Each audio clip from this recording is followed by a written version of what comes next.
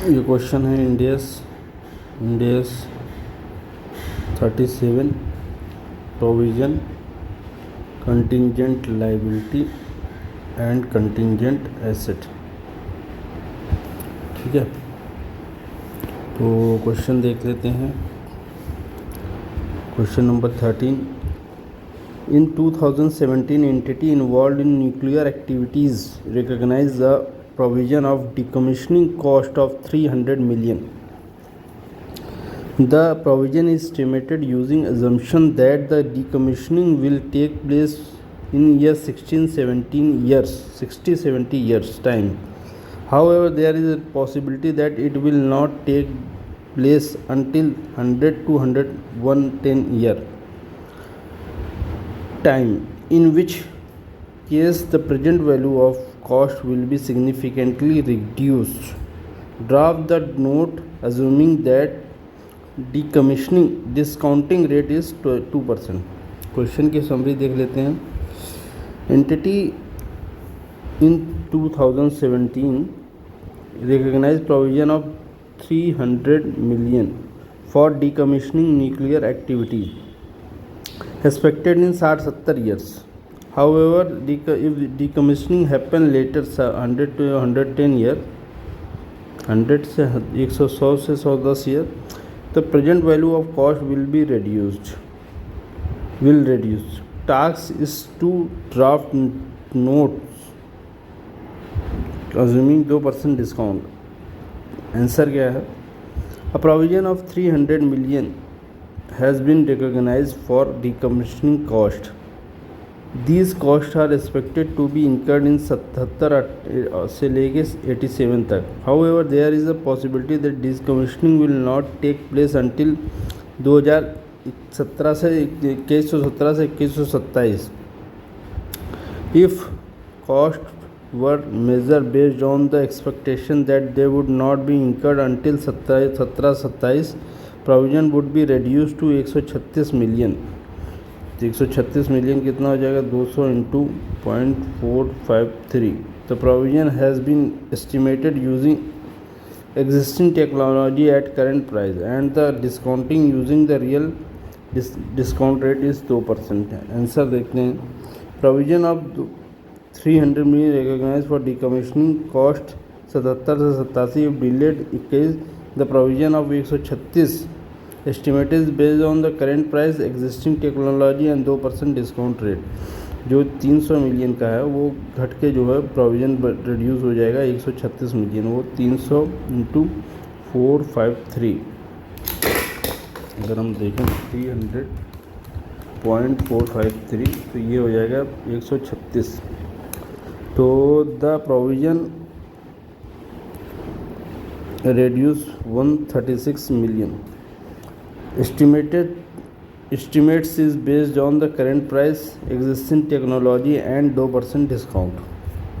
तो ये जो है घट के जो है 10 साल में हो, ये जो इसमें 0.453 आया वो एट द रेट 2% के हिसाब से 87 से लेकर आपका जो आया है 127 साल।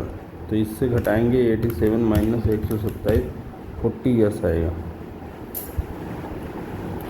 ये आपका 87 से 87 तक अगर ये डिले होता है तो, अदरवाइज 10% के हिसाब से करते तो आपका जो है डिवाइडेड बाई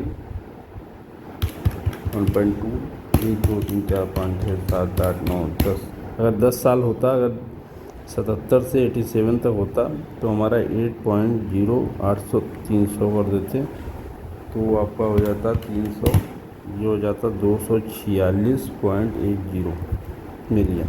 लेकिन ये 40 साल हो गया, इस वजह से इसका जो डिस्काउंटिंग रेट हो गया वो 136 हो गया। Provision of 200 this provision of 300 has been made. ये देखिए आपका जो है A provision of 300 has been recognized for decommissioning cost. Costs are expected to be incurred between 27 से 78. However, there is possibility decommissioning will not take place until 17 से 27 तक. If the costs were measured based on the expectation that would not be incurred until 27 तक नहीं incur होगा, the provision should be reduced to 136. The estimated 40 years तक. Provision has been estimated using existing technology at current price and discounting rate a real discount rate 2%. 40 years जो है आपका 87 से minus 127 कर देंगे तो 40 years आएगा. एट द रेट 2% के हिसाब से आपका कितना 453 मल्टीप्लाइड बाई 300 453 मल्टीप्लाइड बाई 300 15 ये आ गया आपका. तो ये है. अब आ जाते हैं थोड़ा सा हम इसमें भी आ जाते हैं. ये आ जाते हैं कंटिंजेंट इंड AS 37 का है. Meaning of contingent liability. A possible obligation arise from the past event that would confirm only on occurrence or non-occurrence of the uncertain future. Present obligation arising from past event or outflow of resource is not probable, मतलब less than 50%. Amount cannot be estimated reliably. Recognition of contingent liability. Contingent liability shall not be recognized, but it should be disclosed in notes to financial statement. Contingent liability shall not be recognized, but it should be disclosed in notes in financial statement. However, if possibility of outflow is remote, less than 5%, then disclosure is also not required. However, if possibility of outflow is remote, अगर बहुत कम है less than 5%, then disclosure is also not required. Meaning of contingent asset. Meaning of contingent as possible asset arising from past event that would not be confirmed that will be confirmed only on occurrence or non-occurrence of uncertain future event. Recognition of contingent asset. If inflow of resource is virtually certain, more than 95%, if there is no more contingent asset, it become an asset, so recognize the asset. If there is no more contingent asset, it become an asset, so recognize as asset. If inflow of resource is virtually certain, more than 95%. If inflow of resource is probable but not virtually certain, more than 50%. Contingent asset shall not be recognized, but it should be disclosed in notes to account. If inflow of resource is not probable, less than 50%, contingent asset shall neither be recognized nor be disclosed. अगर less than 50% है तो ना तो disclose होगा और ना ही recognise होगा, दोनों नहीं होगा. Recognition of contingent asset.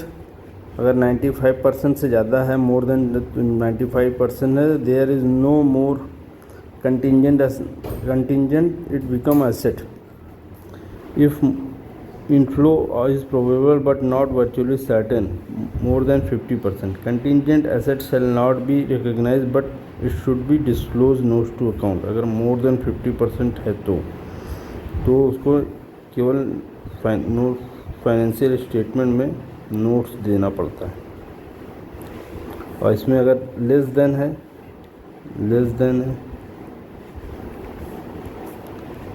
अगर लेस देन है तो न तो डिस्क्लोज होगा ना ही रिकॉग्नाइज होगा.